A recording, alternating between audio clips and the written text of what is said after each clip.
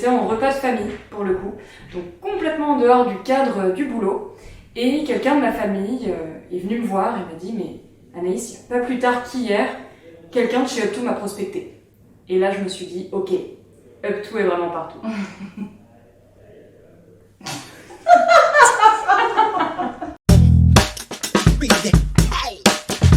Salut, je m'appelle Emma Fiancette et je suis talent acquisition chez Up2. Je recrute pour la BU IT et j'ai coopté Anaïs. Salut, Anaïs en effet. Donc moi je suis arrivée en juillet 2021 chez Up2, un mois après Emma, et je suis recruteuse dans la BU Industrie. Avant Up2, j'étais dans le management en hôtellerie de luxe, donc rien à voir initialement. Finalement, j'ai réussi à trouver des similitudes sur la rigueur, sur le sur-mesure, et aujourd'hui, je me plais complètement dans ce que je fais. Et moi, avant, j'étais à l'école. En fait, je terminais mon master à Schema, master dans les ressources humaines. J'avais déjà fait un stage chez Up2 en césure en 2019, donc je connaissais un petit peu la maison, mais je suis revenue directement après mes études. Alors moi, ce qui m'a donné envie de venir chez Up2, ou plutôt ce qui m'a donné envie de revenir chez Up2, c'est le stage que j'avais fait auparavant. J'ai découvert une partie de la palette des missions que j'ai aujourd'hui, mais surtout beaucoup de métiers différents, des secteurs différents. J'ai adoré ça et je me suis dit en plus qu'en voyant l'épanouissement des gens en CDI ici, c'était une bonne idée à la sortie de mes études et du coup j'ai repostulé.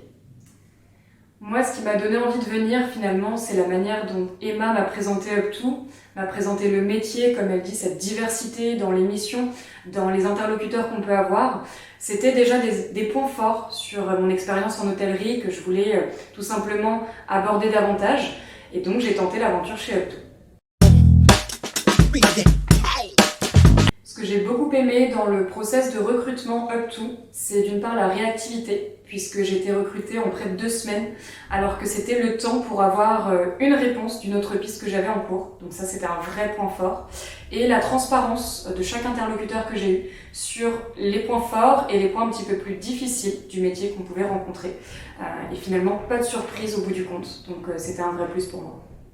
Ouais, je rejoins Anaïs sur le côté rapidité. C'est vrai que c'est allé assez vite et ce que je peux rajouter par rapport à ça, c'est le côté participatif du recrutement. On te fait rencontrer plusieurs managers, on te demande quel est ton fit avec eux. On sent que ton avis importe quand même et que c'est pas simplement eux qui vont décider à la fin, donc ça c'est hyper appréciable.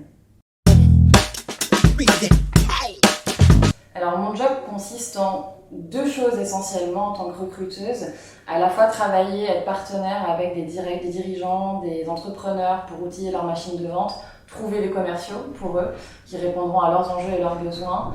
Et le deuxième aspect, c'est clairement de participer à la carrière de quelqu'un, en fait, trouver la next step pour lui, être à l'écoute de ce qu'il recherche et pouvoir trouver ce poste-là parmi ceux dont je m'occupe.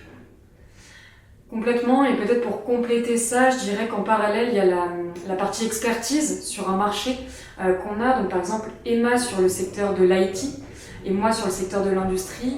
Et en parallèle de cet aspect business et humain à la fois, on monte en compétences et on devient expert sur des secteurs qu'on ne connaissait pas du tout avant.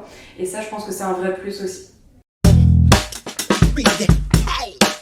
Je dirais la diversité des interlocuteurs, à la fois côté client, mais aussi côté candidat, et en parallèle, une montée en compétences continuelle. Oui, la formation continue, on nous booste beaucoup sur le fait d'être plus qu'un prestat, mais d'avoir vraiment une relation de partenaire avec un client. On est expert du marché sur lequel on travaille. Dès le départ, on a pas mal d'outils en main et beaucoup d'aide de la part des managers qui sont hyper là pour nous, hyper présents, pardon. Et ouais, je rejoins Anaïs là-dessus.